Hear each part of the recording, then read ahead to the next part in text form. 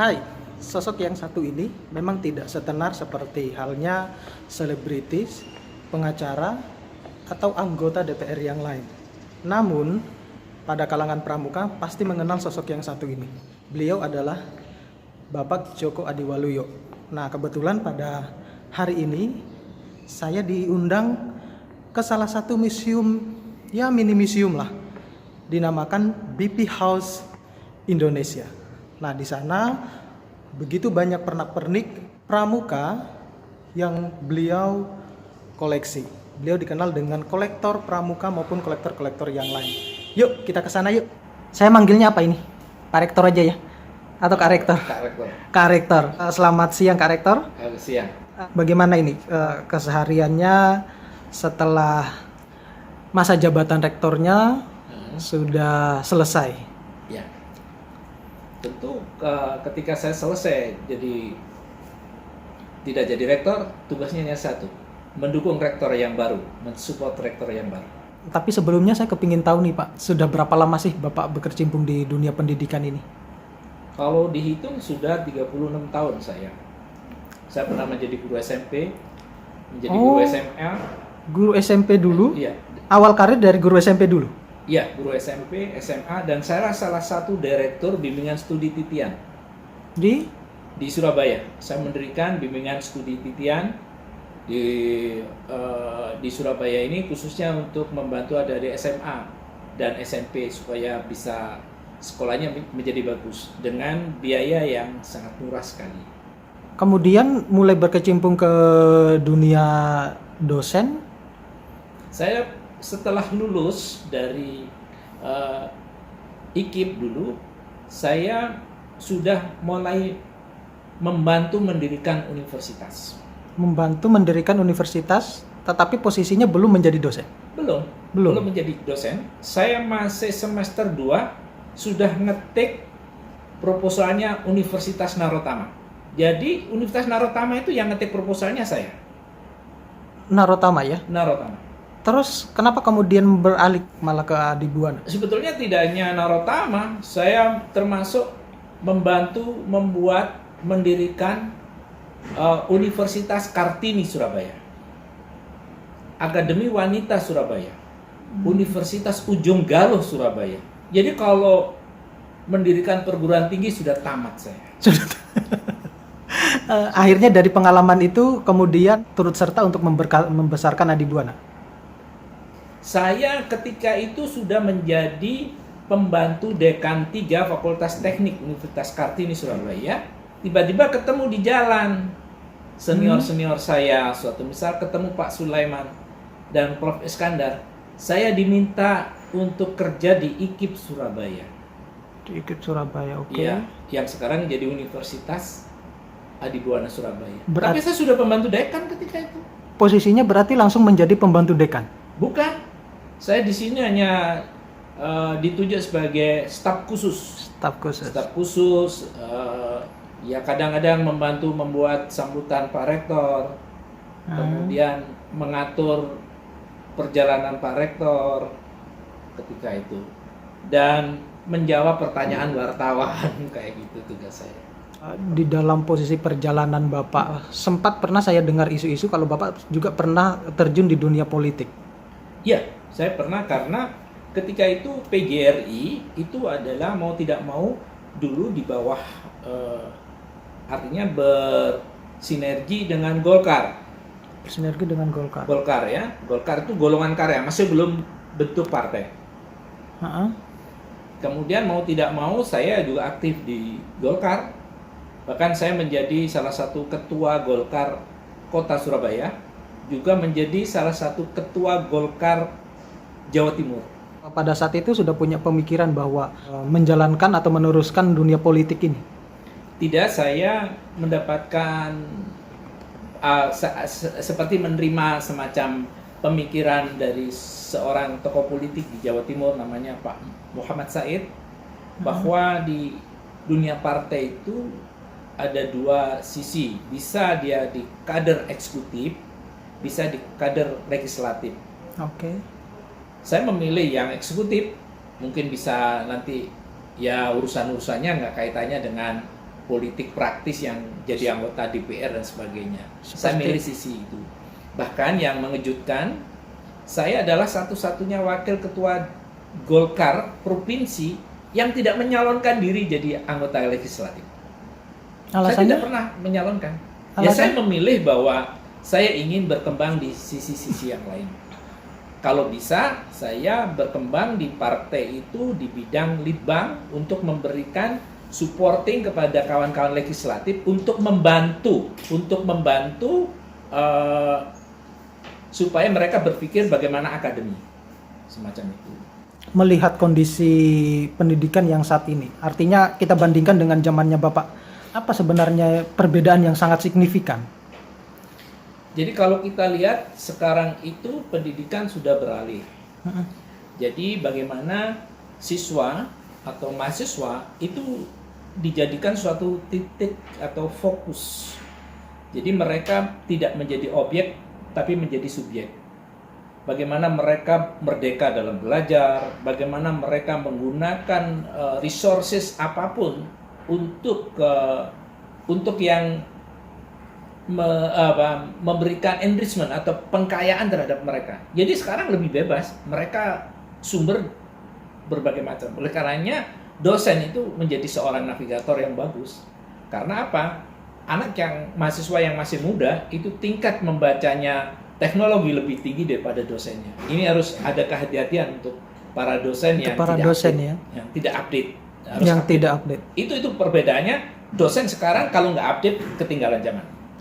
Nah, permasalahannya adalah di posisi sekarang kan ada juga dosen yang senior, Pak, yang bahkan sudah sangat tertinggal mungkin bisa dikatakan begitu terkait dengan teknologi. Apa yang semestinya harus mereka lakukan? Terminologi senior sekarang berbeda. Mm-mm. Senior itu tidak hanya dilihat dari ketuaannya, lamanya bekerja, Iya. tapi produktivitas keilmuannya itu akan menjadi senior. Juga bisa saja anak ya dosen baru, dosen muda yang baru saja masuk, tetapi karya ilmiahnya bagus, dia akan lebih leading di karya ilmiah. Dialah yang senior, bukan dosen tua yang tidak memiliki suatu kajian atau pemikiran keilmuan. Jadi senior sekarang terminologinya beda di perguruan tinggi. Siapa yang paling inovatif, siapa yang paling energetik untuk pengajuan dirinya sebagai seorang ilmuwan, itulah yang senior, bukan dari ketuaan. Apa sih yang membuat Bapak itu kemudian terjun di dunia pendidikan? Pertama bahwa saya memiliki keyakinan bahwa sesuatu itu dirubah karena pendidikan. Sesuatu dirubah karena pendidikan. Karena pendidikan. Yang lainnya enggak lah.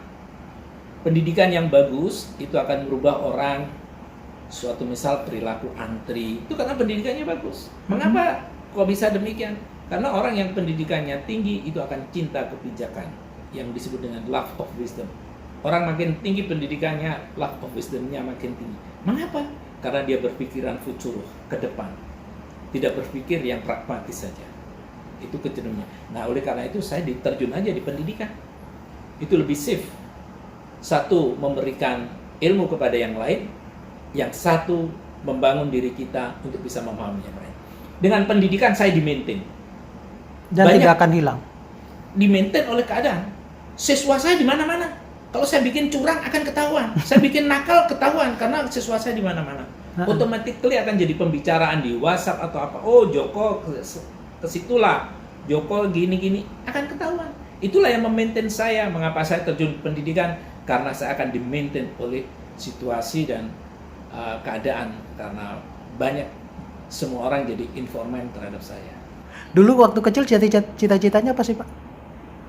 Saya jadi wartawan atau jadi lawyer. Bukan berarti ada kaitannya dengan pramuka, apakah mungkin ada kemiliteran? Di pramuka ya, kemiliteran ya, tetapi nomor satu saya ingin jadi lawyer. Lawyer ya, Pak? Ya, lawyer untuk membantu orang. Itu saya kepingin jadi lawyer dulu. Akhirnya Atau wartawan. takdirnya akhirnya membawa Bapak menjadi seorang dosen. Ya. Jadi, Apa yang kemudian Bapak tidak mengejar cita-cita Bapak? pertama bahwa ada sesuatu saya kagum dengan guru saya. Karena waktu masih kecil Ya, mungkin. saya melihat guru saya mengajarkan sesuatu yang luar biasa kepada saya, sehingga saya tertarik mengapa saya tidak jadi guru. Tapi sempat pula saya tidak mau jadi guru. Pada suatu saat saya menolak jadi guru, maka ada tekanan dari orang tua saya, ibu saya mengatakan bahwa saya ingin mati ketika kamu melihat sudah menjadi guru. Tapi saya hadiahi ibu saya meninggal dunia, saya sudah jadi rektor. Kesan yang paling mendalam ketika Bapak menjadi rektor apa sih? Satu, bahwa saya tahu bahwa semua memberikan dukungan yang paling hebat kepada saya. Saya tidak pernah berpikir terlalu dalam, tapi semuanya itu berasal dari kawan-kawan semua. Saya hanya memberikan alat legitimasi saja. Ide-ide kawan sudah luar biasa. Saya hanya menuruti, mendukung mereka, dan saya cetuskan, wah ini yang harus dilakukan. Jadi sebenarnya apa yang saya lakukan adalah saya mengangkat aspirasi dari bawah yang dia lakukan. Saya dulu inginnya apa? Menjadi perguruan tinggi yang fast response organization. Jadi responnya cepat. Yang kedua apa? Saya kepingin organisasi saya kecil, efektif, dan efisien. Saya sampai nggak tanggung-tanggung itu Rektor 4 saya hilangkan. Padahal Rektor 4 itu sahabat saya, itu Pak Widodo. Saya iris itu agar kecil. Dengan harapan setelah saya jadi rektor memberikan sesuatu yang terbaik, namanya prosperity, kesejahteraan. Sehingga saya nggak lama jadi rektor kan gaji naik. Itu kan perlu diketahui berapa kali saya harus menaikkan gaji mereka. Kalau prosperity itu bagus, dia akan secure, aman. Kalau aman, dia akan punya ide-ide yang cerdas, semacam itu. Tetapi tentu bukan berarti itu saja, masih ada kegiatan-kegiatan yang lain. Kemudian yang menjadi kekuatan saya ketika jadi rektor adalah katanya kawan-kawan, saya pandai memframing sesuatu. Memframing, Iya, saya memframing sesuatu. Orang siapapun di tempat saya, apakah dosen apa, kelihatan positif, hebat, langsung saya framing. Apakah di Facebook saya atau di Instagram saya. Jadi Instagram saya tidak ada kata-kata kebencian. Coba dilihat saya. Di Facebook saya tidak ada kata-kata kebencian. Hanya mendukung, motivasi, menggerakkan orang. Isinya itu semacam itu. Yaitu kehidupan saya. Dan orang juga mengatakan saya lemah karena saya tidak ingin konflik. Pak Joko nggak tegas ini karena nggak senang konflik. Ya, saya lebih baik nggak tegas tapi nggak ada konflik. Tapi salah satu menghindarinya adalah karena tidak ingin adanya konflik. Ya, konflik itu tidak produktif. Tapi konflik itu selalu hadir di dalam organisasi. Tapi saya berusaha bahwa jangan sampai ada konflik. Dulu mencalonkan atau dicalonkan? Saya nggak pernah mencalonkan. Saya dicalonkan. Saya dicalonkan. Tiba-tiba ada seorang di sini mengundang saya di salah satu hotel. Beliau katakan bahwa sudah lama di hatinya ingin mengucapkan itu. Untuk saya bersedia menjadi rektor. Dan itu pun rektor lama saya. Apakah harus menunggu Bapak selesai sekolah dulu? Sekolah S3 maksudnya. Saya memang sekolah S3 itu, sebetulnya saya itu dulu malas untuk sekolah S3. Bukan karena untuk menjadi rektor pada akhirnya. Bukan. Saya jadi sekretaris sekretaris yayasan. Kemudian ada anak mahasiswa datang ke saya, Pak, kok nggak sekolah lagi? Ya kapan-kapan, yang muda-muda lah yang sekolah.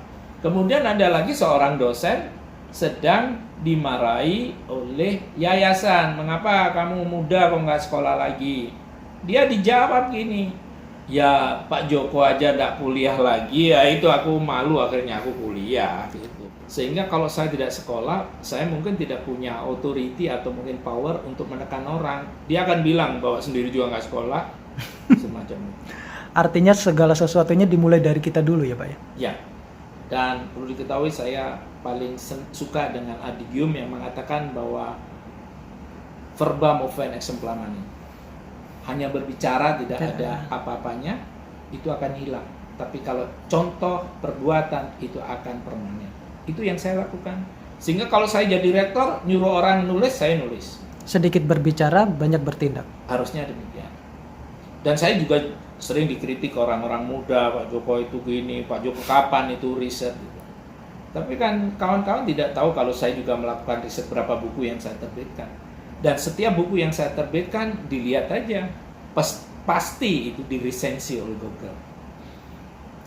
Ketika Bapak menjadi rektor, pasti ada sesuatu hal yang sebenarnya mimpi mungkin yang belum tersampaikan, atau belum terwujud. Banyak. Saya mengatakan jadi rektor gagal saya.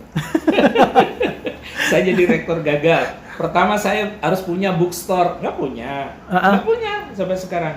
Saya ingin bahwa ketika jadi rektor itu ada lembaga yang khusus menangani sumber belajar, sehingga orang tidak kesulitan. Apa LCD-nya rusak, automatically ganti secepatnya. Enggak sampai itu. Ada lagi yang gagal lagi.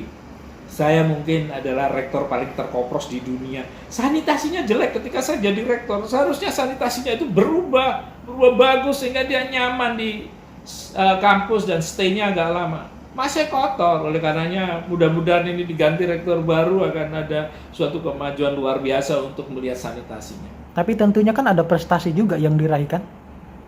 Ya menurut saya enggak lah, prestasi apanya itu aja lah. Ya menurut saya itu hal yang biasa. Upamanya saya bisa menghadirkan presiden di kampus, itu bukan prestasi, itu langkah saya memframing kampus saya agar branded lah dengan yang lain, hanya gitu saja. Jadi saya ingin dokter harus lebih dari 60. Salah satu mungkin visi misinya Bapak? Visi saya ada 4 hal. Saya ingin anak-anak Indonesia, khususnya mahasiswa saya harus pergi ke luar negeri. Nggak terjadi ke luar negeri, berkali-kali ini ke luar negeri. Artinya pertukaran pelajar ya? Ya, terjadi itu, student exchange sudah terjadi, sudah saya lakukan. Apalagi, semua harus menulis buku, saya bikin itu, semua harus wajib, saya keluarkan uang. Saya ingin dosen muda yang cepat, saya kasih separuh gaji saya loh, itu rektor, termasuk rektor gila. Katanya istri saya, gila sekali, gaji dikasihkan separuh pada orang lain. Gak apa-apa, Ma, nanti soalnya aku inginnya jadi rektor 1 kali, biar gak bangkrut, saya bilang gitu. Jadi, untungnya sampai sekarang masih belum ada yang cepat lagi. Dulu ada Pak Lukman cepat. Begitu Pak Lukman cepat, tak kasih duit, bingung dia. Bingung dia, itu memang janji saya. Saya tidak pernah berbohong semacam itu. Kemudian saya mengumpulkan uang untuk orang-orang yang berprestasi. Suatu misal kalau dia menulis di jurnal, itu saya tambahin loh. Serius ini, tanya nanti yang apa itu dapat itu haki macam-macam itu saya tambahin itu dari uang pribadi saya. Dan saya selama jadi rektor tidak menggunakan dana taktis. Saya ingin dana taktis saya untuk menjawab tantangan revolusi industri 4.0. Jadi sistem harus ada. Sistem semua dibeli, itu nggak ada di rencana anggaran belanja universitas. Itu adalah uang taktis saya. Kemudian saya juga ingin memframing universitas kita agar dikenal di Buana ini di dunia. Hanya gitu saja. Nah, melihat dari kondisi waktu zamannya Bapak menjadi rektor, mungkin ini belum banyak diketahui oleh orang-orang, terutama dosen-dosen Bapak. Banyak yang masih mengharapkan Bapak untuk bisa ke periode berikutnya. Tapi apa yang kemudian Bapak memutuskan hanya untuk 1 periode saja? Ya nanti saya akan bilang, saya komitmen pada istri saya. Gaji-gajinya dibagi untuk kegiatan. Kemudian istri saya sama anak-anak saya akan protes juga. Mintanya 1 kali saja. Kan itu keputusan bukan dari saya juga, dari rumah tangga saya itu. Kemudian yang kedua adalah koleksi saya udah banyak. Kemudian kapan saya menikmati, kapan saya tata, baru sekarang. Saya terima kasih kepada Tuhan dan Adi Buana Surabaya karena saya diberi kesempatan untuk 1 kali disetujui. Bayangkan kalau dipaksa saya 2 kali, kapan saya itu menikmati koleksi-koleksi saya. Dan koleksi-koleksi saya itu mahal. Bagaimana saya bisa mendatangkan bed-bed yang semacam ini dari Amerika, Australia, Kanada, kemudian bed tingkat kecamatan di Asia Pasifik. Bagaimana mencari di Cook Island, di Solomon Island, di Tuvalu, banyak Vanuatu. Bagaimana mau mencari itu kalau saya harus tetap jadi rektor? Nggak bisa terkumpul. Saya ingin merebut mata dunia untuk melihat bahwa Adi Buana adalah universitas di Asia Tenggara yang komit atau care terhadap scout pramuka. Sulit nggak Pak sih jadi rektor itu? Enggak lah, enggak sulit lah. Nggak sulit. Ya enggak sulit. Pertama harus berani dikritik. Iya, pimpinan memang harus Iya, berani dikritik. dirasani setiap hari. Itu kayak begitu. Dan kalau dikatakan tidak sukses ya jangan ngamuk. Buktinya saya juga tidak sukses gitu. Kalau sukses itu artinya bahwa gini. Saya mengatakan, mengapa saya mengatakan tidak sukses? Karena banyak impian saya yang belum Tercapai. tercapai.